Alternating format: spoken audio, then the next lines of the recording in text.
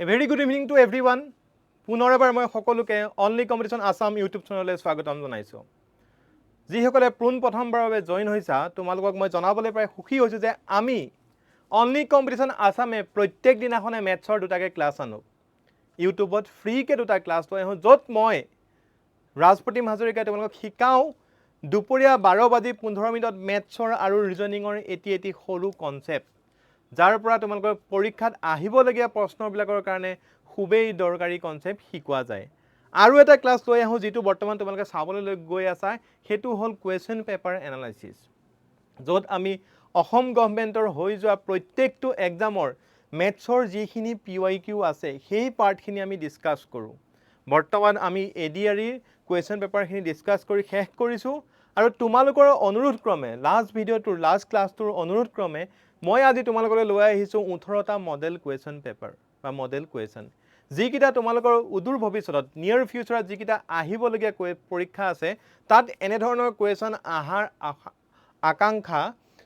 100% আছে। চ' তোমালোকে আজি এই কুৱেশ্যনকেইটা মোৰ লগত ছল্ভ কৰা, খুবেই দৰকাৰী কুৱেশ্যন। তোমালোকে এই কুৱেশ্যনকেইটা এনেকুৱা নহয় যে নাজানা বা যদি প্ৰেক্টিছ কৰা নাই তেন্তে পৰীক্ষাত এনেধৰণৰ কুৱেশ্যনত গৈ তোমালোকে কি কৰিবা, ভুল কৰি থৈ গুচি আহিবা। বাৰে বাৰে কওঁ যে মেথছ তুমি যাৰ পৰাই নিশিকা, য'ৰ পৰাই নিশিকা, যিমান ডেফটত নিশিকা, যদি তোমাৰ প্ৰেক্টিছটো লেক হৈ যায়, তুমি যদি প্ৰেক্টিছ নকৰাকৈ থাকি যোৱা তেন্তে কি হ'ব, মেথছ নোৱাৰিবা পৰীক্ষাত। চ' ব'লা আজি ক্লাছটো ষ্টাৰ্ট কৰোঁ। ক্লাছটো ষ্টাৰ্ট কৰাৰ আগতে তোমালোকক জনাওঁ যে তোমালোকে আমাৰ ক্লাছসমূহৰ নটিফিকেশ্যনৰ কাৰণে বা যিকোনো ধৰণৰ আপডেটৰ কাৰণে তোমালোকে আমাৰ অনলি কম্পিটিশ্যন আসামৰ এই টেলিগ্ৰাম চেনেলটোত জইন হৈ ল'ব পাৰা। ঠিক আছে, এই চেনেলটোত জইন হৈ ল'বা। ক্লাছৰ আপডেটসমূহ আমি ইয়াতে দি দিওঁ আৰু ক্লাছ PPTসমূহ আমি ইয়াত শ্বেয়াৰ কৰি থাকোঁ। অকল মেথছ বুলিয়ে নহয়, যিমান আমাৰ ক্লাছ হয় ইউটিউবত GS GK ইংলিছ, ঠিক আছে, যিমান ক্লাছ হয় সেই গোটেই PPTখিনি আমি ইয়াত শ্বেয়াৰ কৰা হয়। চ' তোমালোকে যদি ক্লাছটো চোৱা তেন্তে এই ক্লাছটো জইন কৰি ল'বা। ঠিক আছে, অ'কে। চ' আজি আমি পেপাৰ যোনখিনি PYQ কৰিলোঁ, ADRE কৰি ল'লোঁ, ঠিক আছে। নেক্সট আমি JEE কুৱেশ্যন পেপাৰখনো কৰিলোঁ। আজি আমি PYQখিনি কৰিলোঁ, ঠিক আছে, বাট ভৱিষ্যতে সেই টাইপৰ কুৱেশ্যন কেনেকুৱা আৰু বেলেগ আহিব পাৰে সেই 18টা কুৱেশ্যন চাওঁ হা আজি। বৰ ইম্পৰ্টেণ্ট কিন্তু এই 18টা কুৱেশ্যন। চ' ফাৰ্ষ্ট কুৱেশ্যনটো চোৱা। ফাৰ্ষ্ট কুৱেশ্যনটোত কি দিছে, the HCF of 2 number. The HCF of 2 number is 11 and their LCM is 693 and their LCM is 693. Then কি কৈছে, then if one number is 77 the other number is what? দুটা সংখ্যাৰ গসাগু 11 আৰু লসাগু হ'ল 693। যদি এটা সংখ্যা 77 হয় তেন্তে আনটো সংখ্যা কিমান হ'ব? ঠিক আছে, একদম সৰু কনচেপ্ট, তোমালোকে বাৰে বাৰে পঢ়িছা, মই বাৰে বাৰে শিকাইছোঁ। আমি কি শিকাইছোঁ, দুটা নাম্বাৰৰ পূৰণফল। যদি দুটা নাম্বাৰ ধৰি লওঁ A আৰু B, ঠিক আছে, A আৰু B দুটা নাম্বাৰ ধৰিলোঁ। A আৰু Bৰ LCM থাকিব আৰু A আৰু Bৰ কি থাকিব, HCF থাকিব। এতিয়া LCM কেইটাৰ A আৰু Bৰ যিটো LCM লসাগু আৰু গসাগু পাম, সিহঁতৰ যোনটো পূৰণফল হ'ব সেইটো কাৰ সমান হ'ব, সেই নাম্বাৰ দুটাৰ কি হ'ব, সমান হ'ব। এইটো আমি বাৰে বাৰে শিকি আহিছোঁ। কি শিকি আহিছোঁ, LCM into HCF equal product of those two number. ঠিক আছে, product of those two number. দুটা নাম্বাৰৰ LCM আৰু HCFৰ পূৰণফল সেই নাম্বাৰ দুটাৰ পূৰণফলৰ সমান হয়। এতিয়া সেই কনচেপ্টটো ইয়াতে এপ্লাই কৰিম। ইয়াত কি দিছে, দুটা নাম্বাৰ কি দিছে, এটা দিছে 77 আৰু এটা আমাক উলিয়াব দিছে। ঠিক আছে, আৰু সিহঁতৰ LCM কিমান দিয়া আছে, LCM দিয়া আছে 11 আৰু HCF কিমান দিয়া আছে, HCF দিয়া আছে 693। চ' LCMটো পাতি লোৱা, LCM 11 পাতি লোৱা। HCF কিমান দিয়া আছে আমাক, HCF দিয়া আছে আমাক, এক মিনিট ৰ'বা, HCF দিয়া আছে আমাক 11 আৰু LCM দিয়া আছে আমাক 693। অ'কে, নেক্সট আমি ধৰিলোঁ এৰ ভেলু দিয়া আছে 77। আমি এতিয়া উলিয়াব লাগে কি, B উলিয়াব লাগে। তো চিম্প্লিফাই কৰিব লাগে। ঠিক আছে, চিম্প্লিফাই কৰিব লাগে। তো কি কৰিম এতিয়া, 693 ইনটু কি কৰিম 11 ডিভাইডেড বাই কি কৰি দিম 77 ইকুৱেল কি পাই যাম b পাই যাম তো 11 ৰে 77 কিমান বাৰ যাব 7 বাৰ যাব 7 ৰে 693 কিমান বাৰ যাব 7 9 গুণ 63 ইকুৱেল 6 63 7 9 গুণ 63 সো লাষ্টত আমি b ৰ ভ্যালু কিমান পামগৈ b ৰ ভ্যালু পামগৈ 99 ঠিক আছে একদম সিম্পল এবাৰ চাই লোৱা অপচন কোনটোত আছে অপচন আছে এ সো এ তো ইয়াত কি হৈ যাব এ তো ইয়াত 100% কারেক্ট आंसर হৈ যাব তোমালোকে বুজি পালানে কথাটো তোমালোকে বুজি পাইছা কথাটো একবাৰ বোৰ্ডখনত চোৱা কি কৈছিলে দুটা নাম্বাৰ দিয়া আছিল নাম্বাৰ দুটাৰ এইচএফ আৰু এলসিএম ৰ ভ্যালু দিয়া আছিল আৰু এটাৰে এটা নাম্বাৰ দিয়া আছিল নেক্সট নাম্বাৰটো উলিয়াব দিছে সো নেক্সট নাম্বাৰটো আমি সিম্পল কে পুট কৰি দিলো আৰু ভ্যালু গৈ কিমান পালো 99 গতিকে ইয়াৰ आंसरটো কিমান হৈ যাব 99 ক্লিয়াৰ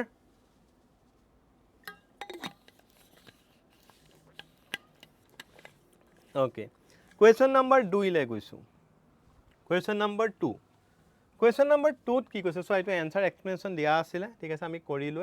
क्वेश्चन नंबर 2 কি কৈছে the least number which when divided by 5 6 7 and 8 leaves a remainder 3 in each case but is divisible by 9 ঠিক আছে এটা নাম্বাৰ এটকেন লিষ্ট ভ্যালু এটা উলিয়াব দিছে কোৰ পৰা উলিয়াব দিছে সো এনেকুৱা ধৰণৰ কোৱেশ্চন আৰু সহজ হৈ যায় এই গিটাৰ পৰা উলিয়াব দিছে ঠিক আছে এতিয়া কি কৈছে যে যিকোনো এটা নাম্বাৰ যেতিয়া 5 6 7 8 ৰে ডিভাইড কৰো প্ৰত্যেকৰ ক্ষেত্ৰতে কি ৰয় প্ৰত্যেকৰ ক্ষেত্ৰতে কি ৰৈ যায় 3 ডিভাইড ৰৈ যায় সৰি 3 ৰিমাইন্ডাৰ ৰৈ যায় বৰ মন দি শুনিবা দেই কথাটো 5 6 7 8 এইটা নাম্বাৰে যেতিয়া এটা নাম্বাৰক ডিভাইড কৰো ঠিক আছে এটা নাম্বাৰক ডিভাইড কৰিলে প্ৰত্যেকৰ ক্ষেত্ৰতে 3 বাকি ৰয় ভাগহে 3 ৰয় আৰু যিটো নাম্বাৰক ডিভাইড কৰি আছো সেই নাম্বাৰটো কি হয় 9 ৰে কি হৈ যায় ডিভিজিবল ৰয় 9 ৰে ডিভাইড হয় তেনে সেই নাম্বাৰটো খুদিছে ঠিক আছে সেই নাম্বাৰটো খুদিছে এতিয়া কথাটো চোৱা প্ৰথম আমি শৰ্ত এটা ভাবি ল'ব লাগিব যে 9 ৰে ডিভাইড যাবলে আমি বিভাজ্যতাৰ ৰুলটো শিকি আহিছিল নাই বিভাজ্যতাৰ ৰুলত 9 ৰে ডিভাইড যাবলে কথাটো কি আছিল এটা নাম্বাৰ তেতিয়াহে 9 ৰে ডিভাইড যাব যেতিয়া নাম্বাৰটোৰ প্ৰত্যেকটো ডিজিটক যেতিয়া যোগ কৰি দিম আৰু যোগ কৰি যেটো ভ্যালু পাম হেতু কি হ'ব লাগিব 9 ৰে ডিভাইড হ'ব লাগিব ক্লিয়াৰ হৈ গল 9 ৰে কি হ'ব লাগিব ডিভাইড হ'ব লাগিব এটা যদি আমি নাম্বাৰটো ধৰি লওঁ নাম্বাৰটো কেন এতিয়া চোৱা হে নাম্বাৰটোলৈ যোৱা আগতে এটা কথা মনত ৰাখা যেতিয়া বহুত কিটা নাম্বাৰে ডিভাইড কৰিব দিব ন সেম নাম্বাৰ এটা দ্যাট মিন্স হে নাম্বাৰ গিটাৰ কি উলিয়াব লাগে এলসিএম উলিয়াব লাগে এটা 5 6 7 আৰু 8 ৰ যদি এলসিএম উলিয়াব যাও তেন্তে আমি কি পাম চোৱা 2 5 3 7 আৰু 4 আৰু কমন ডিভিজিবল আছে ন নাই ঠিক আছে আমি তে কি কৰিম 2 5 into 3 into 7 into 8 কৰি দিম সো 2 5 গুণ কিমান হ'ব 10 10 3 গুণ কিমান হ'ব 30 ঠিক আছে 30 7 গুণ কিমান হ'ব 210 ঠিক আছে 210 4 গুণ কিমান হ'ব 4 গুণ 4 4 গুণ 4 4 গুণ 8 সৰি 4 4 গুণ 0 4 গুণ 4 4 গুণ 8 দ্যাট মিন্স কিমান পাম যাম 840 দ্যাট মিন্স 5 6 7 8 ৰ এলসিএম কিমান হয় 840 এটা যেহেতু আমাক নাম্বাৰটো উলিয়াব দিছে নাম্বাৰটো কেনে ধৰণৰ হ'ব নে সেই নাম্বাৰটো কি হ'ব 840 ৰ লগত যিকোনো নাম্বাৰ যেতিয়া মাল্টিপ্লাই কৰি 3 যোগ কৰি দিম তেতিয়া সেই নাম্বাৰটো পাম সো সেই নাম্বাৰটো ধৰিলো আমি k ধৰিলো ঠিক আছে +3 কৰি দিলো ঠিক আছে +3 কৰি দিলো কন্ডিশনটো এটো স্যাটিসফাই হৈ গল কি যে 840 ৰ লগত যিকোনো একৰ পৰা আৰম্ভ কৰি যিকোনো নাম্বাৰ মাল্টিপ্লাই কৰি দিলে তেতিয়া +1 কৰি দিম সৰি +3 কৰি দিম তেতিয়া সেই নাম্বাৰটো পাম এটা ইয়াত শৰ্ত এটা আছে যে যেটো নাম্বাৰ পাম হেতু কি হ'ব লাগিব হেতু 9 ৰে ডিভাইড 9 ৰো ডিভাইড যাব লাগিব মানে কমপ্লিটলি ডিভাইড যাব লাগিব তাত ভাগশেষ নহয় এটা যদি k ৰ জায়গাত আমি 1 বহাই দিও যদি k ৰ জায়গাত আমি 1 বহাই লওঁ ঠিক আছে খুব মন দি চাই থাকিবা দেই কথাটো k ৰ জায়গাত যদি আমি 1 বহাই লওঁ k ৰ ক্ষেত্ৰত যদি 1 বহাম আমি কি পাম চোৱা যদি k ৰ ভ্যালু আমি 1 লওঁ ঠিক আছে তেনে নাম্বাৰটো কি হৈ যাব নাম্বাৰটো হ'ব 840 into 1 প্লাস কি হৈ যাব 3 হৈ যাব দ্যাট মিন্স কিমান হ'ব 843 এতিয়া 840 টো 9 ৰে ডিভাইড যায় নে যায় চেক কৰিবলৈ আমি কি কৰিব লাগিব আমি কি কৰিব লাগিব একেটা যোগ কৰি দি 9 ৰে ডিভাইড যায় নে চাব লাগিব 8 4 12 12 3 কিমান 15 15ক 9 ৰে ডিভাইড যায় নে না যায় গতিকে যিটো কন্ডিশন আছে আমাৰ যে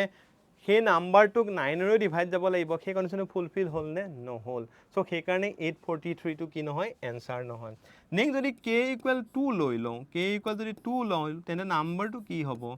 840 ইনটু কি হ'ব 2 হ'ব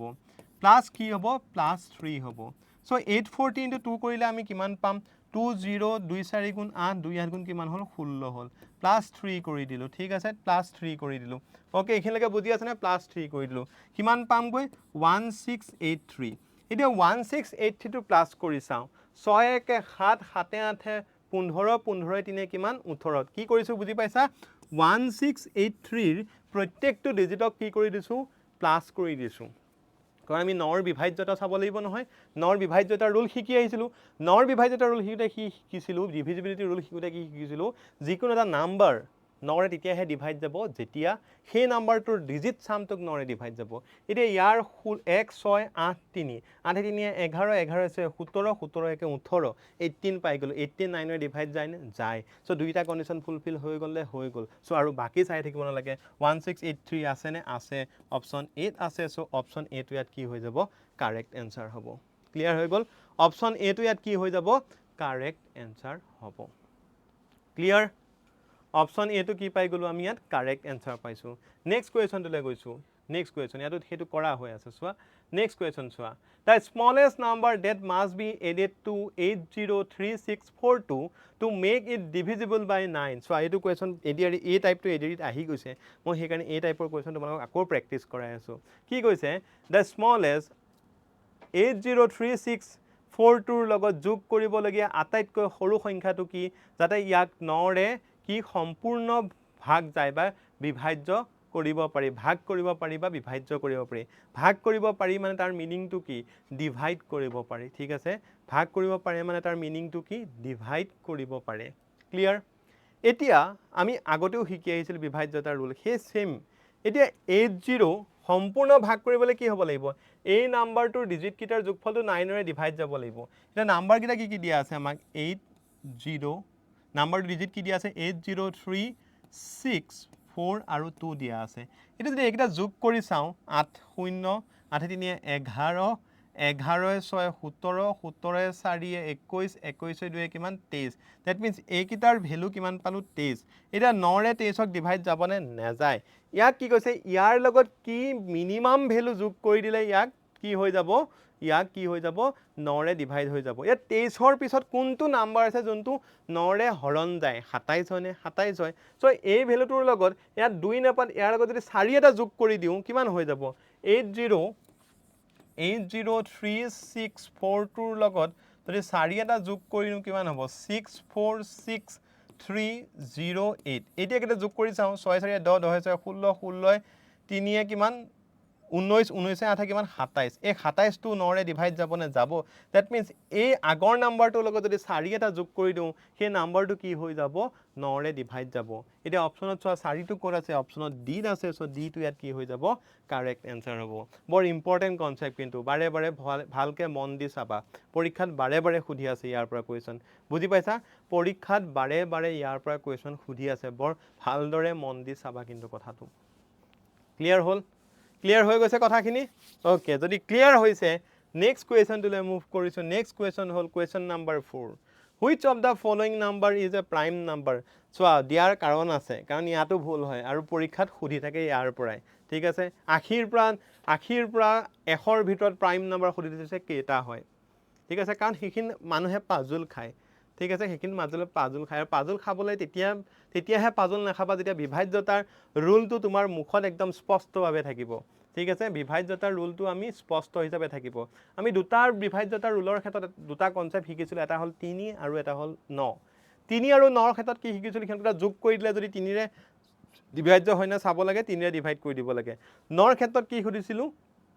যে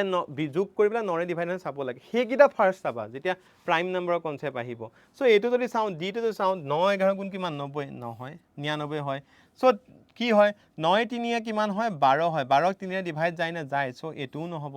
নেক্সট 9 7 কিমান হয় 16 16ক যায় নে নাযায় সো এটা ঠিক আছে 9 1 10 ঠিক আছে 9 1 10 নাযায় কিন্তু 7 ৰে যদি চাও 7 গুণ 7 উকলিল 2 21 7 3 গুণ 21 দ্যাট মিন্স 7 13 কিমান 91 97 টো এনেকুৱা এটা নাম্বাৰ বাকি ৰল যিটো কোনো নাম্বাৰে ডিভাইড নযায় সো 97 টো ইয়াত কি হৈ যাব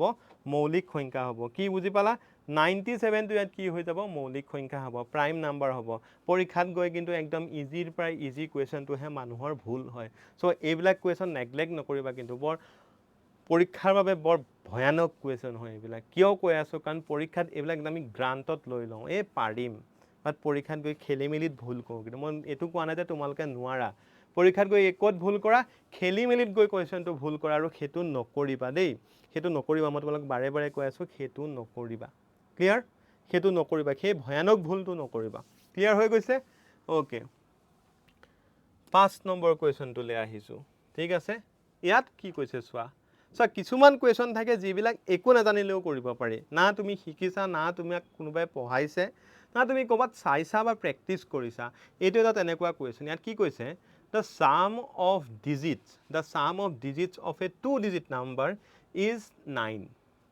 if 27 is added to the number the digits are interchanged the number is what এটা দুই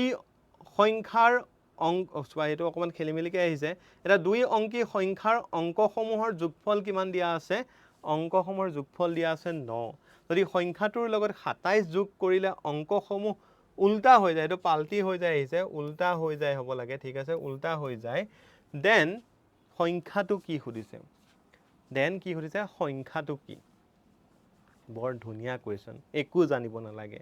তুমি অপচনৰ পৰাহে উলিয়াব লাগে তোমাক খুদিছে সংখ্যাটো কি সংখ্যাটো এই চাৰিটাৰ ভিতৰটো এটা হ'বই এটা যদি আমি মন দি চাও আমাক কি কৈছে সংখ্যাটোৰ অংকসমূহৰ যোগফল দ্যাট মিন্স সংখ্যাটোৰ যিকিটা ডিজিট আছে নাম্বাৰটো যিকিটা ডিজিট আছে হেকিটাৰ যোগফল কিমান হৈছে 9 বুলি কৈছে এতিয়া প্ৰত্যেকৰে 9 এ হয় 6 3 9 4 5 9 5 4 9 6 3 9 এতিয়া আমাক কি কৈছে ইয়াত শৰ্ত এটা দিয়া আছে যেতিয়া এই নাম্বাৰ গিটাৰ লগত 27 যোগ কৰি দিবা তেতিয়া কি হৈ যায় যিটো নাম্বাৰৰ লগত 27 যোগ কৰিছা হেতুৰ 27 যোগ কৰাৰ পিছত যিটো ভ্যালু পাবা হেতু ৰিভাৰ্স হৈ যায় ফৰ এক্সাম্পল ধৰিলক 12 ন 12 লগত 27 যোগ কৰিলে মানে কি এনেকুৱা এটা ঠিক আছে এটো অকন খেলিমেলি পাই যাবা আকৌ হেতু কথা কৈ দিলে ধৰিলা এটা নাম্বাৰ a b ঠিক আছে এটা নাম্বাৰ দিয়া আছে a b এনেকুৱা টু ডিজিট নাম্বাৰ যেতিয়া 27 যোগ কৰি দিম যিটো ভ্যালু পাম হেতু b আৰু a ফৰ্মত থাকিব কনসেপ্টটো তাত সোমাই আছে a b এটা ফৰ্ম হৈ আছে ঠিক আছে a b ফৰ্মটোৰ লগত যেতিয়া 27 যোগ কৰি দিম a b ফৰ্মটোৰ লগত যেতিয়া 27 যোগ কৰিম যিটো ভ্যালু পাম হেতু b a ফৰ্মত থাকিব কন্ডিশনটো হেতুই তো ইয়াত কি জানিব লাগে কোৱেশ্চন কিটাৰ পৰা অপচন কিটাৰ পৰা চাই কৰি থাকিলেই হ'ল ঠিক আছে এবাৰ ট্ৰাই কৰা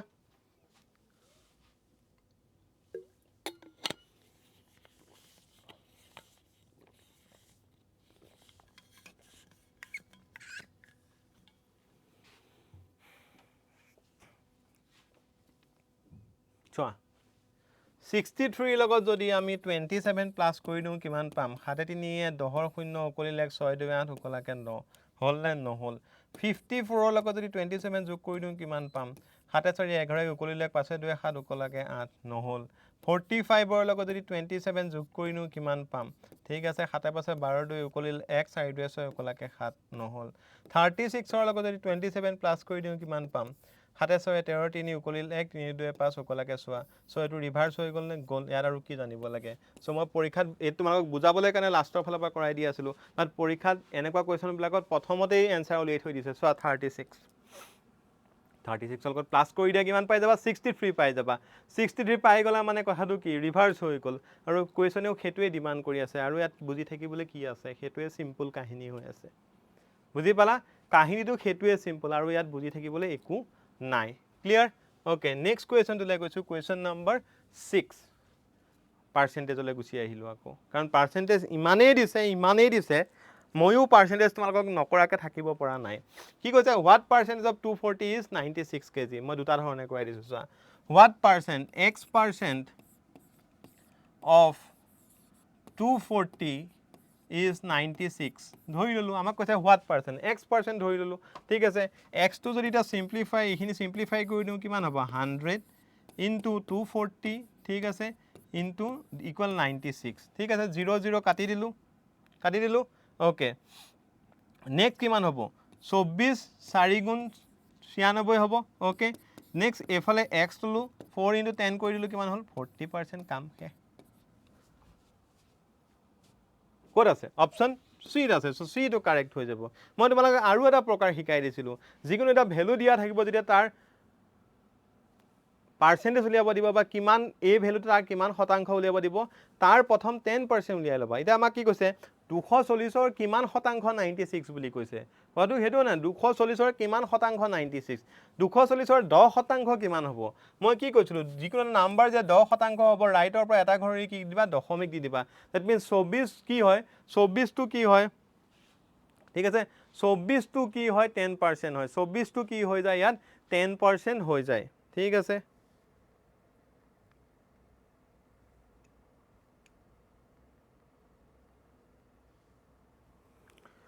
24 টো কি ইয়াত 10% এটা 10% যদি 24 টো যদি 10% হয় 20% কিমান হ'ব 48 ঠিক আছে নেক্সট আৰু 20% কিমান হ'ব 48 তো 48 প্লাস কৰিলে কিমান হ'ব আধাতে 6 0 নকলে 4 4 নকলে 9 দ্যাট মিন্স 40% ইয়াতো ওলাই গল নে 40% কিমান হৈ গল 40% কিমান হৈ গল 96 হৈ গল 40% কিমান হৈ গল 96 হৈ গল ক্লিয়াৰ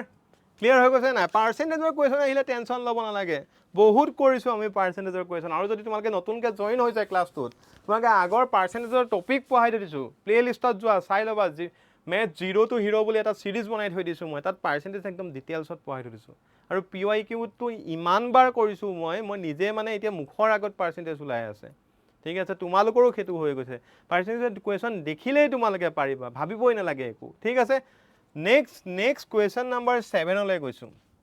ইয়াত কি কৈছে আৰু এটো কিমাননো শিকাম আৰু ঠিক আছে তোমালোকে কুইক আনসাৰ হে দিয়া আৰু ইয়াৰ ঠিক আছে ইয়াত কি কৈছে a number is increased by 20% and then decreased by 20% the need percentage change এটা সংখ্যা 20% বৃদ্ধি কৰি তাৰ পিছত 20% হ্ৰাস কৰা হল আৰে বাবা মই বাৰে বাৰে কৈ আছো যে সেম পাৰ্সেন্টেজ অফ ইনক্ৰিজ হৈছে আৰু সেম পার্সেন্ট যদি ডিক্রিজ হৈছে সদায় নেট চেঞ্জ কিমানত থাকে নেট চেঞ্জ কিমানত থাকে সেম পার্সেন্ট যদি ইনক্রিজ হৈছে আৰু সেম পার্সেন্ট যদি ডিক্রিজ হৈছে নেট চেঞ্জ কিমানত হয় সদায় ডিক্রিজত হয় তো 0 তো কোনো কাৰণত নহয় ইনক্ৰিজ কোনো কাৰণত নহয় থাকি গল সি আৰু ডি এতিয়া চোৱা প্ৰথম আমি 100 ধৰিলো কিমান শতাংশ বাঢ়ি গল 20% কিমান হৈ গল 20 হৈ গল ঠিক আছে ইয়াৰ কি হৈ গল ইয়াৰ 20% কি হৈ গৈছে ইয়াৰ 20% কি হৈছে ডিক্রিজ হৈ গৈছে 120 10% কিমান হয় 12 হয় 20% হলে কিমান হ'ব 24 হ'ব ঠিক আছে তো 120 পৰা 24 মাইনাস কৰি দিয়া ঠিক আছে কিমান হৈ গল 6 10 6 গল থাকিল 10 4 গল থাকিল 6 11 2 গল থাকিল 9 দ্যাট মিন্স এটো কি হৈ যায় ইনিশিয়াল আৰু এটো কি হৈ যায় ফাইনাল ভ্যালু মই নেট চেঞ্জত কি কৈছিলো নেট চেঞ্জ মানে কি নেট চেঞ্জ মানে ক্লাছত বাৰে বাৰে কৈ আছো নেট চেঞ্জ মানে কি ইনিশিয়াল মাইনাস কি হৈ যায় ফাইনাল ইনিশিয়াল 100 ফাইনাল 96 তো নেট চেঞ্জ কিমান হল 4% আৰু কি বুজিব আছে আৰু কি বুজিব আছে কি ক্যালকুলেশন আছে ইয়াত একো ক্যালকুলেশন নাই আৰু বেলেগ ঠিক আছে আৰু এটা কথা মনত ৰাখিবা যেতিয়া সেম পাৰ্সেন্ট অফ ইনক্ৰিজ হ'ব আৰু সেম পার্সেন্ট অফ ডিক্রিজ হ'ব সদায় নেট চেঞ্জ কিহত থাকে সদায় নেট চেঞ্জ কিহত থাকিব ডিক্রিজত থাকিব এটো কথা খুব ভালদৰে মনত ৰাখি থবা নেট চেঞ্জ সদায় ডিক্ৰিজতে থাকিব আৰু তাত খেলিমেলিৰ কথা নাহে যদি 0 আছে ভুল ইনক্ৰিজৰ কিবা যদি অপচন আছে হেতু ভুলে ক্লিয়াৰ হৈ গল কথাখিনি ওকে গুড নেক্সট কোৱেশ্চনলে মুভ কৰিছো question number 8 If 40% of a number is equal to 2/3 of another number, what is the ratio of the first number to the second number? যদি এটা সংখ্যাৰ 40% আনটো সংখ্যাৰ 2/3 সমান হয় তেন্তে প্ৰথম সংখ্যাটোৰ দ্বিতীয় সংখ্যাটোৰ অনুপাত উলিয়াব দিছে ঠিক আছে কোৱেশ্চনটো মতে পাতি যাম if 40% কি কৈছে এটা নাম্বাৰ অফ কি ধৰিলো সেই নাম্বাৰটো x ইকুৱেল কি কৈছে 2/3 of another number 2/3 of another number কি ধৰিলো y ধৰিলো কাম শেষ 40% of x কি কৈছে এটা সংখ্যাৰ 40% আনটোৰ 2/3 কি হয় সমান হয় সো এখিনি সিম্পলিফাই কৰি দিয়া ঠিক আছে সিম্পলিফাই কৰিলে কি হৈ যাব 40 ডিভাইডেড বাই কি হ'ব 100 হ'ব ইনটু কি হৈ যাব x হৈ যাব 2/3 হ'ব ইনটু কি হৈ যাব y হৈ যাব আমাক কি লাগে আমাক লাগে x by y ঠিক আছে x by যদি y লাগে 2/3 থাকিব ওপৰত আৰু হেতু ইফালে গলে কি হৈ যাব উল্টা হৈ যাব ঠিক আছে নেক্সট 40 টো তলে নামি আহিব 0 0 কাটা গল 2 গল কিমান বাৰ দুবাৰ 2 গল কিমান বাৰ 5 বাৰ তো পাম গৈ কিমান 5/3 দ্যাট মিন্স কোনটো হ'ব গৈ आंसर অপচন নম্বৰ সি সেকেন্ড ডট आंसर ওলাই আছে সোৱা অপচন নম্বৰ কি হৈ যাব সি টো ইয়াত কি হৈ যাব কারেক্ট आंसर হৈ যাব হ'ব দেখিবলৈ অকমান ভয়ানক বুজি ললে একেবাৰে সহজ আৰু সেই বুজিবলৈ মই তোমালোকক ক্লাস বিলাক কৰাই আছো ডেইলি 12:15 মিনিটত জয়েন হবা আৰু বেছি ভাবি থাকিব নালাগে যা জয়েন হবা মেথছ আৰু ৰিজনিং মোৰ হাতত এৰি দিয়া পাস কৰাৰ দায়িত্ব মোৰ মই নিজৰ 110% বাদ দিয়া 200% দি দিম কিন্তু তোমালোকে কন্টিনিউটি মেইনটেইন কৰি থাকিব লাগিব বাৰে বাৰে মনত ৰাখিবা মেথছ আৰু ৰিজনিং সেই সকলেহে পাৰে যোনে লাগি থাকিবহে পাৰে তুমি এক্সপাৰ্ট মই মানি ললো বাট প্ৰ্যাকটিস নাই ফেল কৰিবা নোৱাৰিবা পৰীক্ষাত গৈ তুমি নাজানা হেতু মই মানি ললো বাট লাগা তুমি লাগি থাকিব পাৰা যুজিব পাৰা যুজি থাকিব পাৰা লাগি থাকিব পাৰা তুমি সফলতা পাবাই সো এইখিনি কথা মনত ৰাখিবা নেক্সট কোৱেশ্চনলৈ মুভ কৰিছো question number 9 In an examination, 65% of students pass and 280 fail. কি কলে? The total number of students is what?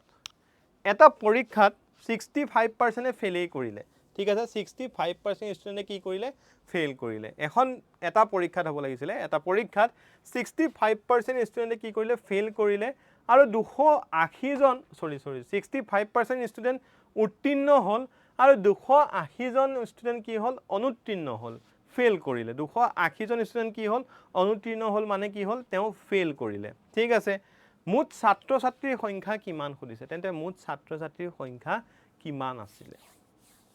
মুঠ ছাত্ৰ ছাত্ৰীৰ সংখ্যা লাগে কিমান আছিল একদম সিম্পল যদি আমি কি জানো 100% ষ্টুডেন্ট আছিল দ্যাট মিন্স ঠিক আছে 100% এ পৰীক্ষা দিছিলে পাস কিমানে কৰিলে পাস 65% এ কৰিলে 65% এ ভাল পাস কৰিছে তেন্তে ফেইল কিমানে কৰিব ফেইল কিমানে কৰিব 35% এ কৰিব এতিয়া আমাক কি কৈছে এই ফেইল কৰাৰ টোটাল নাম্বাৰ কিমান হয় 280 হয় এটো কাৰ হয় 35% of x যত x টো কি হয় টোটাল কি হয় টোটাল নাম্বাৰ হয় আৰু আমি উলিয়াব লাগে x ৰ ভ্যালু সো ইয়াৰ পৰা x ৰ ভ্যালু লাই যাব কি কৰিম এতিয়া 35 divided by 100 into x equal 280 x ৰ ভ্যালু লাগে যদি এটো উল্টা খাই যাব কিফালে গলে সো 280 into কি হৈ যাব 100 divided by কি হৈ যাব 35 হ'ব তো এখিনি সিম্পলিফাই কৰা কিমান হ'ব 7 4 গুণ 28 0 আহি গল 7 5 গুণ কিমান হল 35 হৈ গল পাছে কিমান বাৰ গল 20 বাৰ গল ঠিক আছে 40 আৰু 20 মাল্টিপ্লাই কৰি দিলে আমি কিমান পাম 40 আৰু 20 মাল্টিপ্লাই কৰি দিলে 20 মাল্টিপ্লাই কৰিলে আমি কিমান পাম 800 পাম অপচন কোড আছে বি ত আছে সো বি টো ইয়াত কি হৈ যাব ডাইৰেক্টলি 1000% কারেক্ট आंसर হৈ যাব 100% এ নহয় 1000% বুলি কৈছো ভুল বুলি কোনো কাৰণত নহয় 80 টাই কি হৈ যাব 800 টাই কি হৈ যাব 800 টাই 100% কারেক্ট आंसर হ'ব ক্লিয়াৰ পাৰ্সেন্টেজ সবত থাকি ইজি টপিক হয় মই কৈ দিলো পাৰ্সেন্টেজ যদি এবাৰ সহজকৈ বুজি ললা ম্যাথছ ভয় নোখোৱা আৰু হেতু কাৰণে বাৰে বাৰে কৈ আছো ক্লাস বিলাক জয়েন কৰা ঠিক আছে ক্লাস জয়েন কৰা ম্যাথছ কোনো কাৰণত আৰু তোমালোকে ভয় নেখাবা clear okay next question number 10 লৈ গৈছো ঠিক আছে নেক্সট কোৱেশ্চন নম্বৰ 10 লৈ এই টাইপটো বাৰে বাৰে পৰীক্ষাত খুধি আছে সেই কাৰণে মই কোৱেশ্চন বনাই লৈছো যাতে নেক্সট পৰীক্ষাত ডাইৰেক্টলি কমন পৰে তোমালোকৰ ঠিক আছে কোৱেশ্চন সেই কাৰণে বনাই লৈছো যাতে নেক্সট পৰীক্ষাত তোমালোকৰ ডাইৰেক্ট কমন পৰে কোৱেশ্চনটো পঢ়া the price of a commodity increased by 25% by what percent must a family reduce its consumption so that the expenditure remain the same এটা সামগ্ৰীৰ দাম 25% বৃদ্ধি পালে খৰচ একে ৰাখিবলৈ পৰিয়ালটোৱে ব্যৱহাৰ কৰা শতাংশ কিমান কমাব লাগিব ধৰি লোৱা তুমি চাউলটো কমাব নোৱাৰি তেলকে কমাই দিছো দিয়া ধৰি লোৱা তুমি তেল 1 লিটাৰ ইউজ কৰা আৰু তোমাৰ দৰমহা 1000 টকা এটা নেক্সট 1 লিটাৰ দাম ধৰি লওক 100 টকা আছিলে ঠিক আছে এতিয়া কি হৈ গ'ল 25% তেলৰ দাম বাঢ়ি গ'ল ঠিক আছে 25% তেলৰ দাম বাঢ়ি গ'ল দ্যাট মিন্স কিমান হৈ গ'ল 125 টকা হৈ গ'ল ঠিক আছে এতিয়া কি কৰিব লাগে এতিয়া তুমি বাকি তোমাৰ যিমানখিনি কমোডিটি আছে ন যিমান খৰচ পাতি আছে চাউল স্কুলৰ ফিজ গাড়ী অহা যোৱা কৰিবলৈ তেল এইবিলাকৰ খৰচ কমাব নোৱাৰা জাস্ট তুমি কি কৰিব লাগিব তুমি তেল কমকে খাব লাগিব ঠিক আছে মিঠাতেল যেটো খাবলৈ ইউজ কৰা হেতু কি কৰিব লাগিব তোমাৰ কনজাম্পশনটো কি কৰি দিব লাগিব কমাই দিব লাগিব এতিয়া তোমাক খুদিছে সেই কনজাম্পশনটো তোমাৰ কিমান কমাই দিব লাগিব একেবাৰে সিম্পল এনেকৈ যেতিয়া আহিব ন কোৱেশ্চন এটা ফৰ্মুলা ইউজ কৰি দিবা ফৰ্মুলাটো লিখি লোৱা ফৰ্মুলাটো হ'ল a divided by a plus 100 into 100 হল দুটা ফৰ্মুলা লিখি দিম লিখি ৰাখা ইনক্ৰিজ বুলি ইনক্ৰিজ লিখি পেলাই এই ফৰ্মুলাটো লিখা আৰু ডিক্ৰিজ লিখি আৰু এটা ফৰ্মুলা লিখা ডিক্ৰিজ লিখি আৰু এটা ফৰ্মুলা লিখি ৰাখা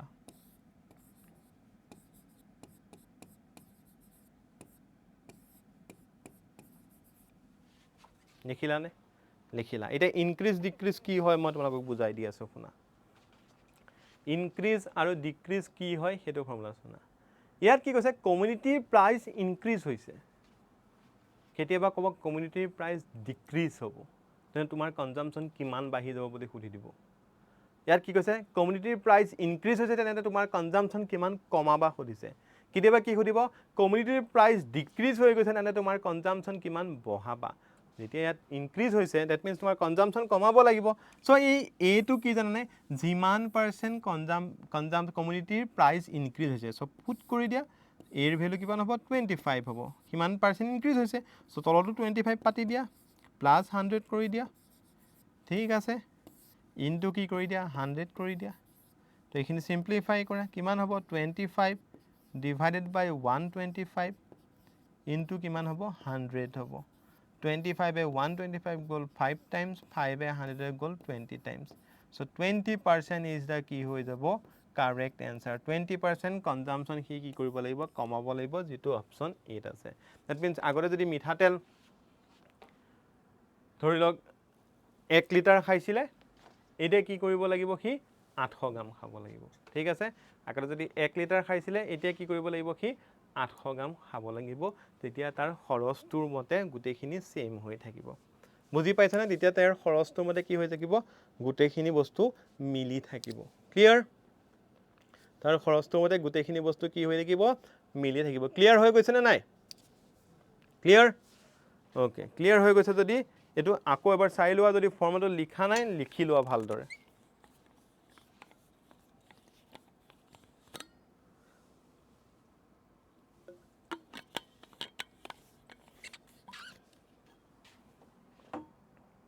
চলো next question to move কৰিছো question number 11 speed distance and time a car cover a distance of 360 km in 5 hours its average speed is what আমি কি জানো speed is equal distance divided by কি হয় time হয় ইয়াত আমাক কি দিয়া আছে distance দিয়া আছে আৰু কি দিয়া আছে time দিয়া আছে distance কিমান দিয়া আছে distance দিয়া আছে 360 দিয়া আছে টাইম কিমান দিয়া আছে টাইম দিয়া আছে 5 দিয়া আছে তো কি কৰিব লাগে সিম্পল কে পুট কৰি দিয়া যদিও এভাৰেজ ওয়াৰ্ডটো আছে বাট ইয়াত এভাৰেজৰ কিন্তু কথা নাহে তোমাক অকন পাক খোৱাবলে এভাৰেজ গড় গতিবেগ বুলি কৈছে বাট ইয়াত সিম্পল স্পিডটোৱে খুধি আছে তোমাক ঠিক আছে পৰীক্ষাত এটো প্যাটাৰ্ন হয় কাটি দিয়ে বা পকাই দিয়াৰ এটা ওয়ে হয় যাতে তোমালকে পাক খাই যোৱা বাট পাক নাখাবা নিজৰ ওপৰত বিশ্বাস ৰাখিবা ঠিক আছে পাক খাব নালাগে নিজৰ ওপৰত বিশ্বাস ৰাখিবা আৰামছে হৈ যাব ঠিক আছে সো ইয়াত সিম্পলিফাই কৰিলে কিমান হ'ব 5 7 গুণ কিমান হয় 35 5 দুগুণ 10 so 72 kilometre per hour is the correct answer code আছে বি আছে সো বি টু ইয়াত কি হৈ যাব কারেক্ট আনসার হ'ব ঠিক আছে বি টু কি হৈ যাব কারেক্ট ভাগ্য ভাল থাকিলে ডাইরেক্ট কোয়েশ্চন কমন পৰি যাব ইয়াৰ পৰা যদি তোমালোকৰ ভাগ্যখন ভাল ঠিক আছে ভাগ্য মই নিজে ভাল কৰি দিব নোৱাৰো ভাগ্যখন যদি তোমালোকৰ ভাল তেনে ইয়াৰ পৰা ডাইৰেক্ট কমন পৰি যাব ঠিক আছে ইয়াৰ পৰা ডাইৰেক্ট কমন কৰি দিব মই যিমান পাৰো তোমালোকক প্ৰেক্টিস কৰাই থাকিম পৰীক্ষাৰ আগমুহূৰ্তলৈকে প্ৰেক্টিছ কৰাই থাকিম বা তোমালোকেও নিজৰ সেই কণ্টিনিউটিটো মেইনটেইন কৰিব লাগিব তেতিয়াহে তোমালোকে সেই সফলতা সেই সপোনখিনি পাৰ কৰিব পাৰিবা clear okay next A train 150 meter long is running at 54 kilometer per hour. The time taken by it to cross a pole. মই time and speed, distance and time যেতিয়া ট্ৰেইন শিকাইছিলোঁ ট্ৰেইন শিকাওঁতে কৈছিলোঁ যেতিয়া পল সুধিব যেতিয়া মানুহৰ কথা আহিব তেতিয়া তাৰ ডিষ্টেঞ্চত একো খেলিমেলি নাহে কিন্তু যেতিয়া ষ্টেচন আৰু প্লেটফৰ্মৰ কথা আহিব তাত তোমালোকে ষ্টেচন আৰু প্লেটফৰ্মৰ ডিষ্টেঞ্চটো কি কৰি দিব লাগিব যোগ কৰি দিব লাগিব বুজি পাইছা ষ্টেচন আৰু প্লেটফৰ্মৰ ডিষ্টেঞ্চটো কি কৰিব লাগিব যোগ কৰিব লাগিব ক্লিয়াৰ ওকে সো ইয়াত কি কৈছে যে লাষ্টত আমাক কি সুধিছে আমাক সুধিছে টাইমৰ কথা সুধিছে ঠিক আছে আমাক লাষ্টত টাইম উলিয়াব দিছে ওকে এতিয়া আমাক কি দিছে ট্ৰেইনখনৰ ডিষ্টেঞ্চ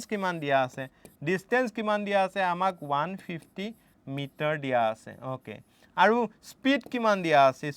আছে আমাক 54 কিলোমিটাৰ পাৰ আৱাৰ ওকে এইখিনি এটা মন কৰিবলগীয়া কথাটো চোৱা যেহেতু ইউনিট কিটাৰ ডিফাৰেন্স আছে সো আমি দুইটা ইউনিট সেম কৰি ল'ব লাগিব প্ৰথম কথা বাট কোলে সেম কৰি ল'ম অপচনলৈ যদি মন কৰোঁ অপচন সেকেন্ডত আছে that means metre per সেকেন্ডত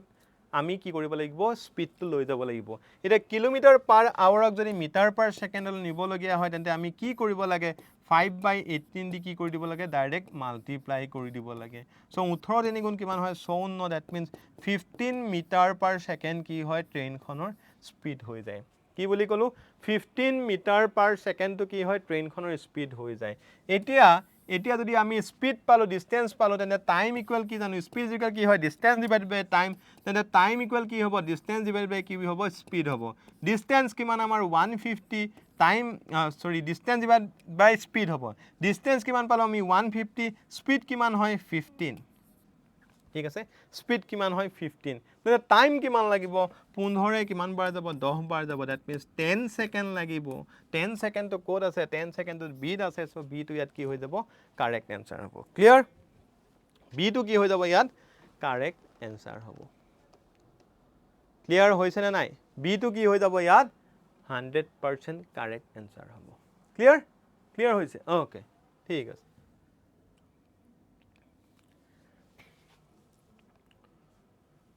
next তোমালোকক মই এটো এটা হোমৱৰ্ক দিছো ঠিক আছে নেক্সট এটো এটা তোমালোকক মই হোমৱৰ্ক দিছো কি two train of length 120 metre and 180 meter are running in opposite direction at 42 kilometer per hour and 48 kilometer per hour time taken to cross each other ঠিক আছে ইয়াত কি কৈছে দুখন ট্ৰেইন দুটা সাইডৰ পৰা আহি আছে এখন ট্ৰেইনৰ স্পীড কিমান হয় এখন ট্ৰেইনৰ ডিসটেন্স কিমান হয় 120 মিটাৰ আৰু এখনৰ ডিসটেন্স কিমান হয় 180 মিটাৰ এতিয়া কি কৈছে দুইখন ট্ৰেইনৰ স্পীড দিয়া আছে স্পীডটো কিমান দিয়া আছে এখনৰ 42 কিলোমিটাৰ পাৰ আৱাৰ আৰু আনখনৰ 48 কিলোমিটাৰ পাৰ আৱাৰ তেন্তে কি কৈছে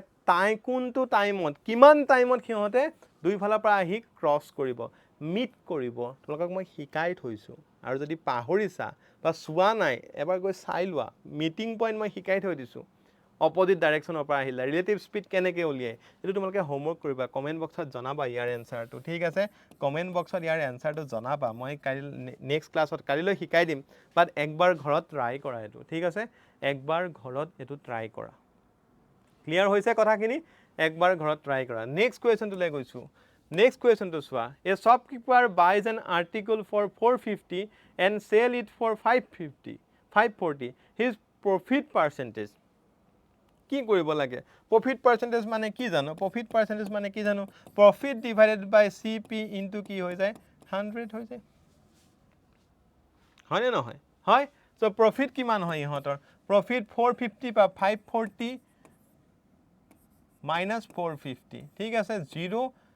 14 5 গল 9 দ্যাট মিন্স 90 টকা ঠিক আছে 90 আৰু সেলস কিমান আছিল 450 ইনটু কি কৰি দিম 100 কৰি দিম সো 0 0 কাটা গল 9 5 গুণ 45 5 20 গুণ কিমান 100 সো 20% টু হৈ গল কি তাৰ প্রফিট পার্সেন্টেজ কোড আছে অপশন বি আছে so B is the correct answer ঠিক আছে শ্বপকিপাৰৰ প্ৰফিট পাৰ্চেন্টেজ কিমান হয় শ্বপকিপাৰৰ প্ৰফিট পাৰ্চেন্টেজ হ'ল 20% ক্লিয়াৰ শ্বপকিপাৰৰ প্ৰফিট পাৰ্চেন্টেজ কিমান 20% ক্লিয়াৰ হৈ গৈছে নে নাই ক্ৰিস্টেল ক্লিয়াৰ হৈছে নে নাই হেতু কোৱা ক্ৰিস্টেল ক্লিয়াৰ যদি ক্ৰিস্টেল ক্লিয়াৰ হৈছে কমেন্ট বক্সত স্যাৰ ক্ৰিস্টেল ক্লিয়াৰ বুলি কৈ হোমৱৰ্কৰ এনসাৰ দুটা দি যাবা ঠিক আছে যদি ক্ৰিস্টেল ক্লিয়াৰ হৈ গৈছে ভিডিওটো এখিনলৈকে চাই আছা ঠিক আছে তেন্তে ক্ৰিস্টেল ক্লিয়াৰ বুলি লিখি হোমৱৰ্কত যিকিটা আৰু হোমৱৰ্ক দিব আছে মই তোমালোকক ঠিক আছে যিকিটা হোমৱৰ্ক দিও তাৰ এনসাৰ কিটা কমেন্ট বক্সত দি থৈ যাবা আৰু লাইক এটা কৰি দিবা চেনেলটো সাবস্ক্ৰাইব কৰিবা আৰু পাৰিলে শেয়াৰ কৰিবা কাৰণ ভাল বস্তুবোৰ মানুহে শেয়াৰ নকৰে আজি যদি কমেডি ভিডিও এটা বনাই দিয়া হতেন মই তোমালোকে সবে শেয়াৰ কৰি দিলা হতেন কিন্তু পঢ়াই যে আছো ভাল বস্তু পঢ়াই আছে তোমালোকে শেয়াৰ এটা কৰিবলৈ বেয়া পোৱা তোমালোকৰ পৰা মই সেইকনে বিচাৰি আছো তোমালোকৰ নিজৰ নিজৰ সোশ্যাল মিডিয়াত এবাৰ শেয়াৰ কৰি দিয়াছোন ভাল বস্তু সবেই পাও ঠিক আছে ভাল বস্তু সবেই পাও ঠিক আছে বেয়া বস্তুবিলাক শেয়াৰ নকৰিবা ভাল বস্তু শেয়াৰ কৰিবা ঠিক আছে নেক্সট কি কৈছে by selling an article 960 a man gains 20% the cost price of the ঠিক আছে cost price of the article এটো মই তোমাক হোমৱৰ্ক দিম দেই হোমৱৰ্ক দিম এটো কিন্তু মই তোমাক ডাইৰেক্ট শিকাই দিছো এটো হোমৱৰ্ক কোৱেশ্চন নম্বৰ 15 টো কি দিছো তোমালোকক হোমৱৰ্ক দিছো তোমালোকক মই যিমান শিকাম তাৰ থেকে হোমৱৰ্ক কৰিবলৈ যিমান দিম তেতিয়াহে তোমালোকৰ ক্ৰিস্টেল ক্লিয়াৰ হ'ব বাই সেলিং এন আৰ্টিকল 960 আমাৰ কি আছে ইয়াত সেলিং প্ৰাইস আছে নেক্সট আৰু কি আছে সেলিং প্ৰাইস কিমান আছে 960 আছে main gain percentage of profit কিমান আছে 20 আছে আমাক উলিয়াব দিছে কি কস্ট প্রাইস ফর্মুলাটো মনত পেলাবা পুট কৰি দিবা এনসাৰ ডাইৰেক্ট ওলাই যাব ফৰ্মুলা মনত পেলাবা পুট কৰিবা এনসার ডাইরেক্ট ওলাই যাব তাত একো সংকাই নাই ঠিক আছে তাত একো ভাবিবলগীয়া কথাই নাই ওকে নেক্সট 16 নম্বৰ কোৱেশ্চনটো লৈ গৈছো okay a man sold 2 article for 2400 is a man sold 2 article for 2400 rupees each one he gained 20% and on the other he loses 20% overall profit and loss খুদিছে এজন মানুহে দুটা বস্তু 2400 প্ৰতিটোকে বিক্ৰী কৰিলে এটাত 20% লাভ কৰিলে আনটোত 20% লোকসান হ'ল তেনে তেওঁৰ মুঠ লাভ বা লোকসান কিমান হ'ল ঠিক আছে ইয়াৰ কাৰণে সিম্পল ফৰ্মুলা যেতিয়া সেম দামত লাভ হ'ব সেম শতাংশ লাভ হ'ব সেম শতাংশ লোকসান হ'ব ফৰ্মুলাটো কি হয় x divided by 110 to the power square ঠিক আছে তো x টো কি হয় হে percentage of profit and percentage of loss so 20 divided by 10 whole square ঠিক আছে সো এতিয়া কি হৈ যাব এতিয়া হৈ যাব 400 divided by 100 0 0 কাটি দিলে থাকিল কিমান 4 ঠিক আছে তো এটা লস হ'ব না লোকসান হ'ব সোয়া এটা লস হ'ব না লোকসান হ'ব এটো সোয়া when equal amount are sold at ইমান x percentage and y percent there is always a net loss আগো পাই শিকাইছো নেট কি হয় লস হয় ঠিক আছে প্রফিট কেতিয়াও নহয় নেট কি হয় লস হয় ওকে নেট লস কি হয় 4% never no profit never profit no loss okay যেতিয়া সেম পার্সেন্টেজ অফ ইনক্রিজ হ'ব সেম পার্সেন্টেজ ডিক্রিজ হ'ব তেতিয়াও কি হয় লসে হয় সো সেম দামত বেছিলা আৰু সেম দামত আকো লস কৰি বেছি সেম দামত প্ৰফিট কৰি বেছিলা আৰু সেম দামত লস কৰি বেছিলা তোমাৰ নেট চেঞ্জ কিমানত থাকিব সদায় লসত থাকিব সো অপশন কোড আছে অপশন 4% কি আছে লস আছে সো বি ইজ দা কি হৈ যাব কারেক্ট আনসার হ'ব ক্লিয়ার বি ইজ টু কি হৈ যাব ইয়াত কারেক্ট আনসার হ'ব ওকে নেক্সট কোয়েশ্চন টলে মুভ কৰিছো the cost price of 20 article is equal to the selling price of 16 article the percentage of profit is what মই তোমালোকক এটা ভাবিছো যে তোমালোকক পাৰ্সেন্টেজৰ কোৱেশ্চন খিনি কৰিবলৈ দিম আজি মই কাইলৈ তোমালোকক পাৰ্সেন্টেজৰ কোৱেশ্চন খিনি পঢ়াম মানে কৰাই দিম কাৰণ কি হয় কাৰণ তোমালোকে পাৰ্সেন্টেজটো খুব ধুনিয়াকৈ ক্লাছত বুজিছা বাট মই তোমালোকক আজিলৈকে টেষ্ট লোৱা নাই সো এইকিটা কৰা 17 তো দিলো তোমালোকক হোমৱৰ্ক মই 17 তো হোমৱৰ্ক দিছো আৰু এটা হোমৱৰ্ক দিছো কি 18 তো ঠিক আছে 18 তো কি কৈছে এ ট্ৰেডাৰ মাৰ্কস হিজ সদায় এটা এটাকে দিও আজি 4টা তোমালোকক হোমৱৰ্ক দি দিছো ঠিক আছে a trader marks his good 40% above the cost price allow a discount of 20% his profit percentage is what ঠিক আছে his profit percentage is what question two stop কৰি লোৱা সৰি ভিডিওটো ষ্টপ কৰি পজ কৰি পেলাই কি কৰা পজ কৰি পেলাই কোৱেশ্চন খিনি সলভ কৰিবলৈ চেষ্টা কৰা ঠিক আছে মই তোমালোকক কেটা হোমৱৰ্ক দিলো 18 তো দিলো ঠিক আছে নেক্সট 17 তো হোমৱৰ্ক দিছো ওকে নেক্সট 15 তো আৰু দিছো নেকি নেক্সট 13টো 13, 15, 17, 18 এইকেইটা তোমালোকে হোমৱৰ্ক কৰিবা চোৱা মই তোমাক বাৰে বাৰে কৈছোঁ যদি ধুনীয়াকৈ বুজি পাই আছা ক্ৰিষ্টেল ক্লিয়াৰ বুলি 13, 15, 17, 18 এনচাৰকেইটা কমেণ্ট বক্সত জনাই যাবা এবাৰ লাইক কৰিবা শ্বেয়াৰ কৰিবা আৰু ছাবস্ক্ৰাইবো কৰিবা কাৰণ ভাল বস্তুবিলাক ছাবস্ক্ৰাইব কৰিব লাগে ঠিক আছে অ'কে ভাল বস্তু ছাবস্ক্ৰাইব কৰিব লাগে এতিয়া মই তোমালোকক এটা মই কথা কৈ যাওঁ যে তোমালোকে এতিয়া যদি এতিয়াও ভাবি আছা যে আমি কোচিং লৈ প্ৰিপাৰেশ্যন ষ্টাৰ্ট কৰিম যথেষ্ট দেৰি কৰিছা কিন্তু এই 31 জুলাইৰ পৰা ল'ৰা ছোৱালীয়ে পঢ়ি আছে চোৱা আমাৰ ইয়াতে 31 জুলাইৰ পৰা পঢ়ি আছে ADRE 3.0 কাৰণে ফাউণ্ডেশ্যন বেচ ইতিমধ্যে ষ্টাৰ্ট হৈ গৈছে তোমালোকে যদি এতিয়াও ভাবি আছা কোচিং ল'ম পঢ়িম ভালদৰে বহুত দেৰি হৈছে আজিয়ে জইন কৰা তোমালোকৰ কাৰণে ভাল খবৰ আছে তোমালোকে যদি এই কোডটো এই RJP 18 কোডটো ইউজ কৰি দিয়া তেন্তে খুব ধুনীয়া ডিছকাউণ্ট পাই তোমালোকে ক্লাছটোত জইন কৰিব পাৰিবা ঠিক আছে তোমালোকে সব সাবজেক্ট পাবা ইয়াত maths reasoning GS GK English current affairs সব পাবা ঠিক আছে সো দেৰি নকৰিবা স্ক্ৰীনত নাম্বাৰ এটা আহি আছে চোৱা কণ্টেক্ট কৰা নহলে গুগল ফৰ্ম এখন ফিল আপ কৰা ডেছক্ৰিপশ্যনত তাৰ লিংক আছে বহুত দেৰি হৈ গৈছে ইতিমধ্যে জইন কৰা সোনকালে কোডটো ইউজ কৰি দিবা RJP 18 তোমালোকে কৈ দিবা যে ৰাজপ্ৰতিম ছাৰে কৈছে এনেকৈ RJP 18 কোডটো ইউজ কৰিবলৈ তোমালোকে খুব ধুনীয়াকৈ ভাল ডিছকাউণ্টত তোমালোকে এনৰোল হৈ যাব পাৰিবা সো লাষ্টত এটাই কৈ যাম হোমৱৰ্কখিনি কৰিবা আৰু এটা কথা মনত ৰাখিবা মেথছ সেইসকলেহে পাৰে যোনে লাগি থাকিব পাৰে ঠিক আছে থেংক ইউ so much